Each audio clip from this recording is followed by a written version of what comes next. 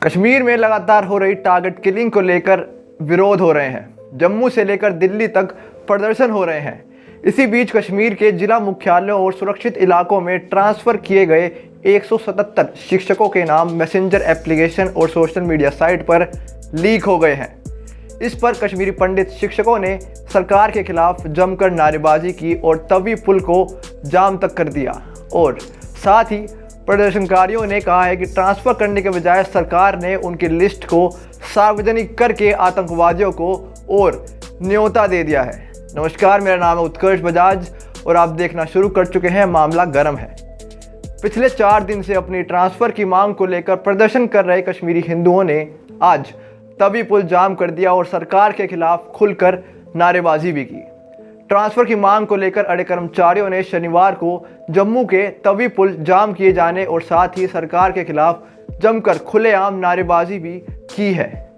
गौरतलब है कि सरकार ने स्पष्ट रूप से कहा है कि घाटी से किसी भी कर्मचारी का ट्रांसफ़र जम्मू में नहीं होगा।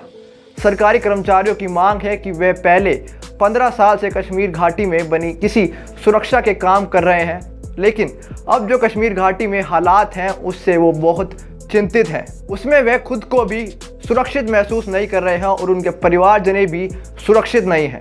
बीजेपी की जम्मू कश्मीर यूनिट ने सूची लीक की घटना को सुरक्षा भंग करने वाला बता दिया है। साथ ही बीजेपी ने प्रधानमंत्री पुनर्वास पैकेज के तहत कार्यरत कश्मीरी पंडित शिक्षकों के नाम और जगह लीक किए जाने के लिए जिम्मेदार अधिकारियों के खिलाफ कार्रवाई की मांग भी की है। साथ ही बीजेपी प्रवक्ता अल्ताफ ठाकुर ने एक बयान में कहा है कि ट्रांसफ़र लिस्ट को सोशल मीडिया प्लेटफॉर्म पर सार्वजनिक किए जाना सुरक्षा में बड़ी सेंध है, क्योंकि अब आतंकियों को यह स्पष्ट अंदाज़ा हो जाएगा कि उन्हें कहां पदस्थ किया गया है।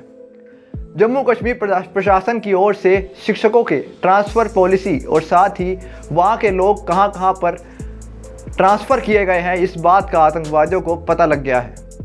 अजीबोगरीब फैसले भी लिए जा रहे हैं। जम्मू कश्मीर प्रशासन की ओर से शिक्षकों के ट्रांसफ़र पॉलिसी को वहां के लोगों ने अजीबोगरीब फैसला बता दिया है।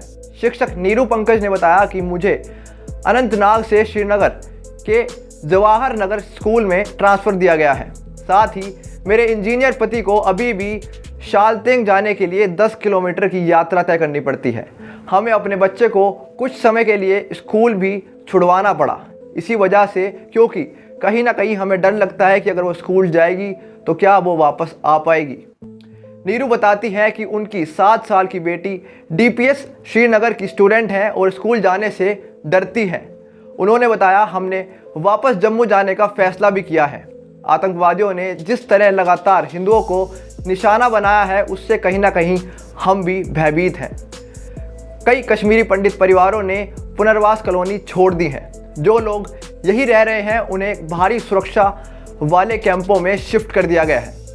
सरकार ने उन्हें कश्मीर के बाहर ट्रांसफ़र करने या पलायन करने की अनुमति अभी नहीं दी है। सामाजिक कल्याण अधिकारी रंजन ज्योतिषी ने बताया कि अनंतनाग में मटना में 2010 से 96 कश्मीरी पंडित परिवार रह रहे थे, लेकिन हाल ही में जो घटनाएं हुई हैं उसके चलते कई परिवारों ने कैंपों से भी पलायन कर लिया और सिर्फ 8 परिवार अब कैंपों में रह गए हैं। उन्होंने बताया, कैंप के अलावा करीब 250 परिवार जो किराए के घरों में रह रहे थे वो भी अब जम्मू जाने की तैयारी कर रहे हैं। 1 मई से कश्मीर में अब तक 9 टारगेट किलिंग हो चुकी हैं, जिसमें बड़ी बड़ी घटनाएं हुई हैं और इनमें से 3 ऑफ ड्यूटी पुलिसकर्मियों की घटनाएं हुई हैं और साथ ही 6 नागरिक शामिल हैं जिनकी हत्या कर दी गई है। दलित टीचर भी शामिल हैं जिनका नाम रजनी बाला था और साथ ही राजस्थान से जो बैंकर थे, जो बैंक मैनेजर थे जिनको बैंक के अंदर घुसकर गोली मारी गई, वो भी इन घटनाओं में शामिल थे। और जो 2 मजदूर थे जिनको आतंकवादियों ने, जो ड्यूटी पे थे, जो अपनी काम कर रहे थे, जो मजदूरी कर रहे थे, उन दोनों मजदूरों को गोली मार दी और उनमें से एक पंजाब का रहने वाला था और एक बिहार का रहने वाला था।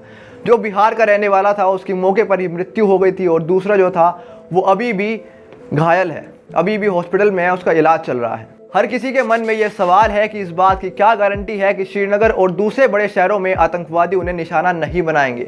हर किसी के मन में यही सवाल है कि इस बात की क्या गारंटी है कि श्रीनगर और दूसरे बड़े शहरों में आतंकी उन्हें निशाना नहीं बनाएंगे।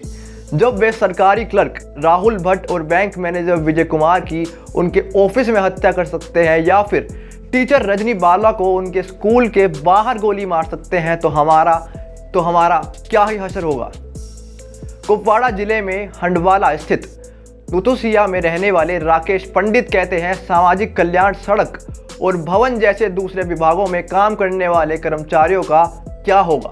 इन्हें अभी तक भी ट्रांसफर ऑर्डर नहीं मिले हैं और साथ ही वे कहते हैं कि उनके कैंप में सिर्फ 20 कश्मीरी पंडित ही बचे हैं। कुपवाड़ा के नतुसिया में 350 लोग रहते हैं। इनमें किराए पर रहने वाले लोग भी शामिल हैं, लेकिन अब कोई अपनी जान पर खतरा मोल नहीं लेना चाहता।